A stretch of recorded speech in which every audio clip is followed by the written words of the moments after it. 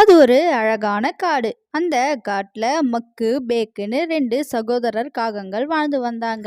அந்த கிராமத்திலேயே மக்கு, பேக்குவோடைய அப்பா தான் ரொம்பவே பெரிய செல்வந்தரா இருந்தாரு. அவரு அதே கிராமத்துல ஒரு கறிக்கடையை நடத்திட்டு வந்தாரு. இங்க பாருப்பா, கறி கடைக்கார தம்பி, போன வாரம் வாங்கிட்டு போன உன்னுடைய மட்டன் கறி வெறும் உப்பா கரிச்சிச்சு.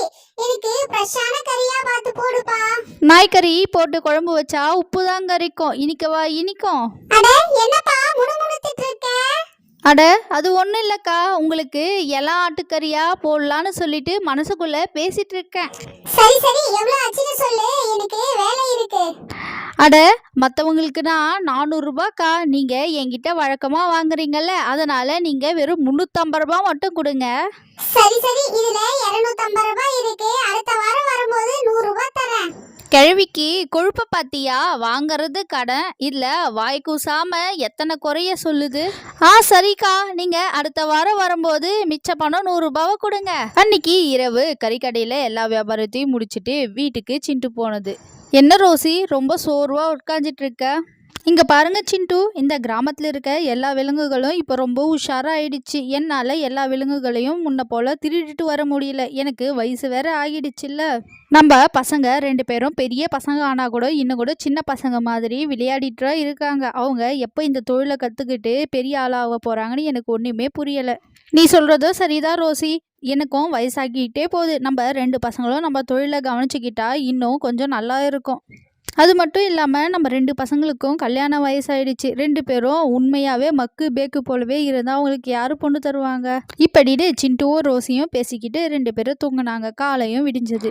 அடுத்த நாள் சிண்டுவோடைய கடை பக்கத்தில் ஒரு ஆடு கறிக்கடையை வச்சுட்டு இருந்தது. அட எறும்பு தம்பி, நீ தான் இங்கே கறிக்கடையை வச்சு நடத்திட்டு இருக்கியாப்பா? நான் இப்போ தான் இந்த ஊருக்கு புதுசாக வந்திருக்கேன். நான் சின்ன வயசாக இருக்கும்போது என் தாத்தாவுக்கும் அப்பாவுக்கும் சண்டை வந்ததுனால எங்கள் அப்பா இந்த ஊரை விட்டு வேறு ஊருக்கு போயிட்டாரு.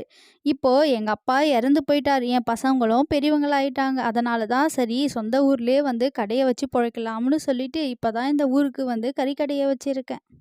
ஓ, நீங்கள் தான் ஜமீன்தார் ஐயாவோட பேரனா? நான் உங்களை இதுக்கு முன்னாடி பார்த்ததே இல்லை. எங்கள் அப்பா உங்கள் தாத்தா கிட்ட தான் கணக்கு பிள்ளையா வேலை பார்த்தாரு. என்னதான் உங்கள் தாத்தா ஜமீன்தாராக இருந்தாலும் இப்போ உங்கள் நிலைமையை பார்த்தீங்களா, ரொம்ப கஷ்டப்படுறீங்க போல.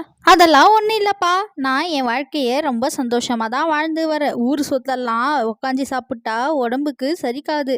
கஞ்சோ கூழோ குடித்தாலும் என்னுடைய கை உழைப்பில் குடிக்கிறதுனால என் மனசு ரொம்ப திருப்தியாக இருக்குது.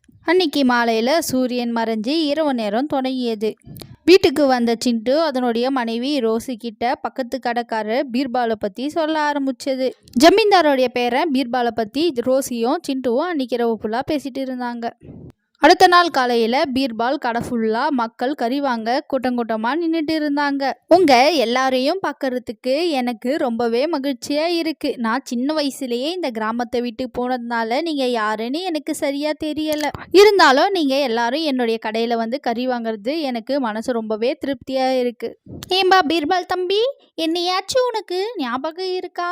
நான் தான் சுக்கு பாட்டி. நீ உங்கள் அம்மாவோட வயிற்றில் இருக்கும்போது நான் தான் உங்கள் அம்மாவுக்கு பிரசவத்தை பார்த்தேன். நீ 2 வயசாக இருக்கிற வரைக்கும் உன்னை நான் தான் குளிக்க வச்சு தினமும் சாப்பாடெல்லாம் ஊட்டி விடுவேன். ஓ அப்படிங்களா பாட்டி? எனக்கு 5 வயசாக இருக்கும்போதே இந்த ஊரை விட்டு நான் போனதுனால எனக்கு அந்த அளவுக்கு சரியாக எதுவும் ஞாபகம் இல்லை பாட்டி. சரி கண்ணா, கடந்த காலத்தில் நடந்த எல்லாத்தையும் எதிர்காலத்தில் ஞாபகம் வச்சுக்க முடியாது. இந்த சொக்கு பாட்டிக்கு எலும்பில்லாத 1/2 கிலோ ஆட்டுக்கறியா பார்த்து கொடுப்பா. அப்படியே கோழியோடைய 2 தொடையும் போட்டு கொடு. பாட்டிக்கு வயசாகிடுச்சுல்ல, அதனால் பல்லெல்லாம் உந்து போச்சு. இந்த பல்லில்லாத பாட்டி அந்த கறியோடைய சதையை மட்டும் சாப்பிட்டு உடம்புல வலுவை வச்சுட்டு வாழ்ந்துட்டு வரம்பா. பீர்பால் கடையில் நடக்கிற எல்லா உரையாடலையும் சிண்டு அதனுடைய கறிக்கடையில் நின்று கூர்ந்து கவனிச்சிட்டு இருந்தது. அட இந்த கிழவி என்ன இப்படி வாய் கூசாமல் போய் பேசுது? 5 வருஷத்துக்கு முன்னாடி தான் அதனுடைய பொண்ணு வீட்டுக்கே இது வந்து சேர்ந்தது. இதுதான் ஜமீன்தாரோடைய மருமகளுக்கு பிரசவம் பார்த்த மாதிரி சொல்லுதே. அந்த கிழவி இந்த கடை பக்கம் வரட்டும் இருக்கு. பீர்பாலுக்கு வாணி ராணின்னு சொல்லிட்டு 2 பெண்கள் இருந்தாங்க. அதில் ராணி சரியான வாயாடியாக இருந்தா, வாணி குறும்புக்காரியாக இருந்தா. வாணி, உனக்கு ஒரு விஷயம் தெரியுமா? இந்த ஊர்லேயே ரொம்ப சுவையான மாம்பழம் கிடைக்கும்னு சொல்லிட்டு எதிர் வீட்டு தாத்தா சொல்லிட்டு இருந்ததை நான் கேள்விப்பட்டேன். அதை கேட்டதுலேருந்தே எனக்கு மாம்பழம் சாப்பிட்ணுன்னு ஆசையாக இருக்குது.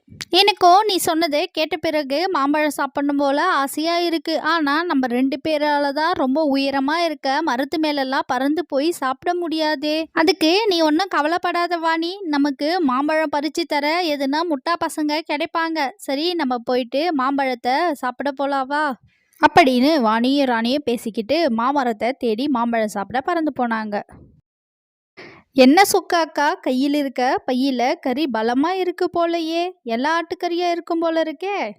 இந்த மொட்டா பையன் பக்கத்து கடையில பீர்பால் கிட்ட பேசினதெல்லாம் ஒட்டு கேட்டுட்டான் போல இருக்கு. சரி, சமாளிப்போம். அதுவா சிண்டுக்கண்ணா, பக்கத்து கடையில் தான் இன்னைக்கு கறி வாங்கினேன். உன் கடை அளவுக்கு கறி சுவையாக இருக்கா இல்லையான்னு பார்க்கலான்னு சொல்லிட்டு அந்த கடை தேருமா தேராதான்னு சொல்கிறதுக்கு தான் இன்னைக்கு கறி வாங்கி சமைக்கலாம்லேன்னு வாங்கினேன். கிழவி நல்லா தான் சமாளிக்குது. சரி கிழவி, வெயிலில் கறி ஊசி போயிட போகுது, நீ வர குறும்பாட்டு கறியாக பார்த்து வாங்கிட்டு போகிற. நேரத்தோடு போயிட்டு வீட்டில் சமைச்சு சாப்பிட்ற வழியை பாரு. அடுத்த வாரம் வரும்போது பாக்கி பணம் 100 ரூபாவை கொண்டு வா. சரி சிண்டு கண்ணா. பாட்டி பொறுமையாக அப்படியே வீட்டுக்கு பறந்து போய் இந்த கறியை சமைச்சு சாப்பிட்றேன்பா. ராணி, இந்த மரத்தை எப்படியோ நம்ம தேடி கண்டுபிடிச்சிட்டோம். ஆனால் இந்த மரம் ரொம்ப உயரமாக இருக்கே, இதில் இருக்க மாம்பழத்தெல்லாம் யார் நமக்கு பறித்து தருவாங்க? வாணியக்கா, நீங்கள் கவலைப்படாதீங்க. அங்கே 2 முட்டாக்காகங்க வருது. அதை ஏமாற்றி நம்ம மாம்பழத்தை பறித்து சாப்பிட்டுடலாம். நான் சொல்கிற மாதிரி நீங்கள் செஞ்சால் மட்டும் போதும் அப்படின்னு சொல்லிட்டு ராணி அதனுடைய அக்கா வாணியை மயக்கம் போட்டு விழுற மாதிரி நடிக்க சொன்னது. வாணியோ மயக்கம் போட்டு விழுந்த மாதிரி நடிச்சது. யாராச்சும் என் அக்கா வாணியை காப்பாத்துங்க, எனக்கு இருக்கிறது ஒரே ஒரு அக்கா, இப்போ அவளும் என்னை விட்டு போயிட்டாளே அப்படின்னு ராணி டிராமாவை ஸ்டார்ட் பண்ண ஆரம்பிச்சா.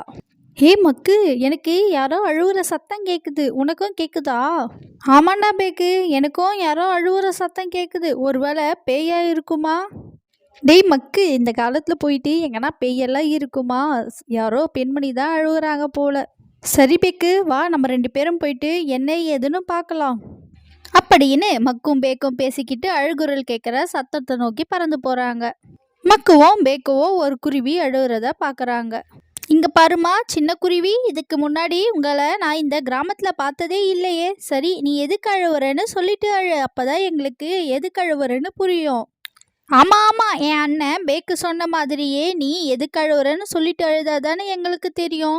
உங்கள் 2 பேரையும் பார்க்கறதுக்கு இந்த கிராமத்துலேயே ரொம்ப நல்லவங்க மாதிரி தெரியுறீங்க. அதனால் என் கஷ்டத்தை நான் உங்ககிட்ட சொல்லுறேன். என் பேர் ராணி. எனக்கு இருக்கிறது ஒரே ஒரு பாசமான அக்கா வாணி. அவளுக்கு லோ சுகர். அவளுடைய உடம்புல சர்க்கரை கம்மியாயிடுச்சுன்னா அப்பப்போ மயக்கம் போட்டு விழுந்துருவா. உடனே அவளுக்கு இனிப்பு சாப்பிட்டாதான் மயக்கம் தெளியும். இங்கிருந்து நகரத்துக்கு போயிட்டு இனிப்புகளை கொண்டு வரத்துக்குள்ள பொழுது சாஞ்சிரும். அதுக்குள்ளே என் அக்காவுடைய உயிருக்கு எதனா ஆயிடுச்சுன்னா என்ன பண்ணுறதுன்னு புரியாமல் நான் அழுதுட்டு இருக்கேன். சரி சரி, உன் கஷ்டம் என்னன்னு எங்களுக்கு புரியுது. நான் என்ன பண்ணலான்னு சொல்லிட்டு யோசிக்கிறேன். ஆமாம், நீ மாமரத்துக்கு கீழே தானே நின்றுட்டு இருக்க. இந்த மரத்தில் இருக்க மாம்பழத்தை பறித்து உன்னுடைய சகோதரி வாணிக்கு கொடுத்துருந்தா இந்நேரம் அவளுக்கு மயக்கம் தெளிஞ்சிருக்குமே. என் தம்பி மக்கு சொல்கிறதும் சரிதானே. நீ மாமரத்துக்கு கீழே தானே நின்றுட்டு இருக்க. மாம்பழத்தை பறித்து உன் சகோதரிக்கு கொடுத்துருந்தா இந்நேரம் மயக்கம் தெளிஞ்சிருக்கும்ல. உங்கள் சகோதரர் சொல்கிறது சரிதான் ஐயா. நான் மாமரத்து மேலே இருந்து மாம்பழம் பறிக்கிற நேரமாக பார்த்து கழுகு வந்து என்னுடைய சகோதரியை தூக்கிட்டு போயிட்டா என்ன பண்ணுறது? எனக்கு இருக்கிறது ஒரே சகோதரி. நீ சொல்கிறதும் சரிதா குருவி. நானும் என் சகோதர மக்கும் சேர்ந்து மரத்தில் இருக்க மாம்பழத்தை பறித்து போடுறோம். நீ உன் சகோதரிக்கு ஊட்டி விடு அப்படின்னு மக்குவும் பேக்கவும் ராணிக்கிட்ட சொல்லிட்டு மாமரத்துக்கு மேலே போயிட்டு மாம்பழங்களை பறிக்க ஆரம்பிச்சாங்க. அந்த மாமரத்தில் இருந்த மாம்பழத்தோடைய காம்பு ரொம்பவே பலமாக இருந்ததுனால மக்குவும் பேக்கவும் ரொம்பவே கஷ்டப்பட்டாங்க அந்த பழங்களை பறிக்க. இருந்தாலும் அந்த பழங்களை பறித்து கீழே போட்டாங்க. மாம்பழங்கள் தரையில் விழுறத பார்த்த வாணி, இங்க பாரு ராணி, இதுதான் சரியான நேரம். அந்த முட்டாள் காகங்கள் கீழே வரத்துக்குள்ள கிடைக்கிற பழங்களை எல்லாம் எடுத்துட்டு நம்ம இங்கிருந்து பறந்து போயிடலாம். நீங்க சொல்றது சரிதான் அக்கா. கிடைக்கிற பழங்களை எல்லாம் எடுத்துக்கிட்டு நம்ம இங்கிருந்து போறது தான் நல்லது. வாணியும் ராணியும் அங்கே கிடைக்கிற பழங்களை எல்லாம் தன்னுடைய அழகால எடுத்துக்கிட்டு அங்கிருந்து பறந்து போயிட்டாங்க. மக்குவும் பேக்குவும் அந்த மரத்தில் இருந்த எல்லா மாம்பழங்களையும் பறித்து கீழே போட்டாங்க. கொஞ்ச நேரத்திலே அந்த மரத்துக்கு சொந்தக்காரரான கட்டப்பா வந்தார். ஏ முட்டாள் காகங்களே, உங்களை பார்த்தா பணக்கார வீட்டு பிள்ளைங்க மாதிரி தெரியுறீங்க. ஆனா கொஞ்சம் கூட நாகரிகம்ன்றது கிடையாது. என் மரத்திலே வந்து மாம்பழங்களை திருடுறீங்களா? உங்களை நான் சும்மாவே விட போறதில்ல அப்படின்னு கட்டப்பா வந்து மக்குவுக்கும் பேக்குவுக்கும் பேசுறதுக்கு சந்தர்ப்பம் தராம அழிச்சது. அன்னைக்கு இரவு சரியான காத்து மழை பெஞ்சதுனால அந்த கிராமம் முழுவதும் நிறைய பாதிப்பு ஏற்பட்டது. அந்த கிராமத்தில் ஏற்பட்ட பாதிப்பை எல்லாம் குரங்கு அமைச்சர் அரசரான கரடி கிட்ட சொல்லிட்டு இருந்தது. இதை கேட்டுட்டு இருந்த கரடிக்கு உடல்நிலை ரொம்பவே பாதிக்கப்பட்டு மன நிம்மதி இல்லாமல் இருந்தது. கரடி அரசருடைய நிலைமையை பார்த்த குரங்கு அமைச்சர் முயல் தூதுவரை கூப்பிட்டு அரசருக்கு உடல்நிலை சரியில்லாததை சொல்லி புதிய அரசரை தேர்ந்தெடுக்கிறதுக்கான அறிவிப்பை தர சொல்லி அனுப்பியது. குரங்கு அமைச்சர் சொன்ன மாதிரியே முயல் தூதுவர் கிராமத்துக்கு போயிட்டு கரடி அரசருக்கு உடல்நிலை சரியில்லாததை சொல்லி புதிய அரசர் ஆவறதுக்கான போட்டி நடக்க போறதையும் தெரிவித்தது. முயல் தூதுவர் சொன்ன விஷயத்த கிராம மக்கள் ஒன்று விடாம கேட்டுட்டு இருந்தாங்க. மக்குவும் பேக்கும் அடி வாங்கினதை கேள்விப்பட்ட வாணியும் ராணியும் மன்னிப்பு கேட்கலான்னு சொல்லிட்டு மக்கு பேக்கோடைய வீட்டுக்கு வந்தாங்க. அந்த நேரம்னு பார்த்து ரோசி சிண்டு கிட்ட ஓடி வந்தா. சிண்டு, வெளியில உங்களுக்கு என்ன நடக்குதுன்னு தெரியுமா? கரடி அரசருக்கு உடல்நிலை சரியில்லாததுனால புதிய அரசரை தேர்ந்தெடுக்க போற போட்டி நடக்க போகுதாம். அரசவையிலிருந்து தூதுவன் வந்து கிராமத்துல சொல்லிட்டு போனான். நீ உண்மையாவ சொல்ற ரோசி? எனக்கு இது கேட்ட உடனே ரொம்ப சந்தோஷமா இருக்கு. நம்மளுடைய பல நாள் கனவு நினைவாக போகுது. இப்படியோ நான் ஆசைப்பட்ட மாதிரி எங்க அப்பா ஜமீன்தாரோடைய பையனுக்கும் அவங்களுக்கும் சண்டையை உருவாக்கி அந்த மொத்த சொத்தையும் என் மேல வர வச்சிட்டாரு. அதே மாதிரி இந்த நாட்டுடைய அரசன் ஆயிட்டனா என்னை விட ரொம்ப சந்தோஷமான ஆள் இந்த உலகத்துல வேற யாருமே இருக்க மாட்டாங்க ரோசி. இங்க பாரு வாணி, இவங்க தான் நம்ம தாத்தாவையும் அப்பாவையும் சண்டை போட்டு பிரிஞ்சு போக வச்சவங்க. அது மட்டும் இல்லாம நம்மளுக்கு சேர வேண்டிய மொத்த சொத்தையும் அனுபவிச்சுட்டு இருக்காங்க. இவங்கள நம்ம சும்மாவே விடக்கூடாது. ஆமா ராணி, நீ சொல்றது சரிதான். இவங்க தான் நம்மளுடைய குடும்பத்தையே பிரிச்சாங்க. இவங்கள நம்ம சும்மாவே விடக்கூடாது. இவங்கள கண்டிப்பா அரசரா மட்டும் ஆகவே விடக்கூடாது. வாணியும் ராணியும் ஏற்கனவே பிளான் பண்ண மாதிரி ரோசி வரதை பார்த்து பேச ஆரம்பிச்சாங்க. இங்க பாரு ராணி, இது மலை ஆடு. இந்த ஆடோடைய கறி ரொம்ப சத்தானது. அப்பா இத நிறைய பணம் கொடுத்து வாங்கிட்டு வந்தாரு. இத நாளைக்கு வித்தா நம்ம ரொம்ப பெரிய கோடீஸ்வரங்க ஆயிடுவோம். இன்னைக்கு இரவு முழுவதும் இந்த ஆட்டை நம்ம வீட்டு தொழுவத்துல கட்டி போட்டுட்டு நாளைக்கு காலையில கறியாக்கி இந்த கிராம மக்களுக்கு வித்து நம்ம பெரிய கோடீஸ்வரர் ஆயிடலாம். வாணியும் ராணியும் பேசினதை ஒட்டு கேட்ட ரோசி வந்து யாருக்கும் தெரியாம அன்னிக்கிரவு பீர்பாலுடைய வீட்டுக்கு வந்தது. தொழுவத்தில் கட்டி இருந்த அந்த பெரிய ஆட்டை யாருக்கும் தெரியாம திருடிட்டு போனது. ஆடை திருடிட்டு போற வழியில ஒரு பூனை ஒன்று படுத்துட்டு இருந்தது. அதையும் ரோசி வந்து தூக்கிட்டு வீட்டுக்கு போனது. எப்படியோ அந்த வீட்ல இருந்து இந்த பெரிய மலை ஆட்டை திருடிட்டு வந்துட்டேன். அப்படியே நாளைக்கு கறிக்கு பூனையும் திருடிட்டு வந்துட்டேன். இந்த கிராமத்திலேயே நாங்க மட்டும்தான் பெரிய பணக்காரரா இருக்கணும். அன்னைக்கு காலையும் விடிஞ்சது. வழக்கம் போல அரசவையில கூட்டமும் கூடினாங்க. அமைச்சர்கள் வச்ச எல்லா தேர்விலையும் சிண்டு முதலிடம் பெற்றதுனால சிண்டுவை அடுத்த அரசராக்கலாம்னு சொல்லிட்டு கரடி அரசர் முடிவு பண்ணாரு. அந்த நேரம்னு பார்த்து அரசவையில ஒரு குரல் கேட்டது. அரசே, என் பேரு ராணி. இவதான் என் சகோதரி வாணி. நாங்க ரெண்டு பேரும் முன்னாள் ஜமீன்தார் அக்பருடைய பேத்திகள். நானும் என் சகோதரி வாணியும் பக்கத்து கிராமத்துல இருக்க ஆட்டு சந்தையில ஒரு பெரிய கொழுத்து ஆடு வாங்கிட்டு வந்தோம். அந்த ஆட்டை எங்க குடும்பத்துல ஒருத்தரா நினைச்சு நாங்க அந்த ஆட்டோடைய கழுத்துல ரொம்ப விலை மதிப்பான வைர நெக்லஸ போட்டு விட்டோம். அந்த ஆட்டு கூடவே அந்த ஆட்டை பாதுகாப்பா பாத்துக்க ஒரு பூனையும் வாங்கிட்டு வந்தோம். அந்த பூனையோடைய கால்ல தங்க கொலுச போட்டு விட்டோம். நேத்து இரவுல இருந்து அந்த ஆட்டையும் பூனையையும் காணோம்.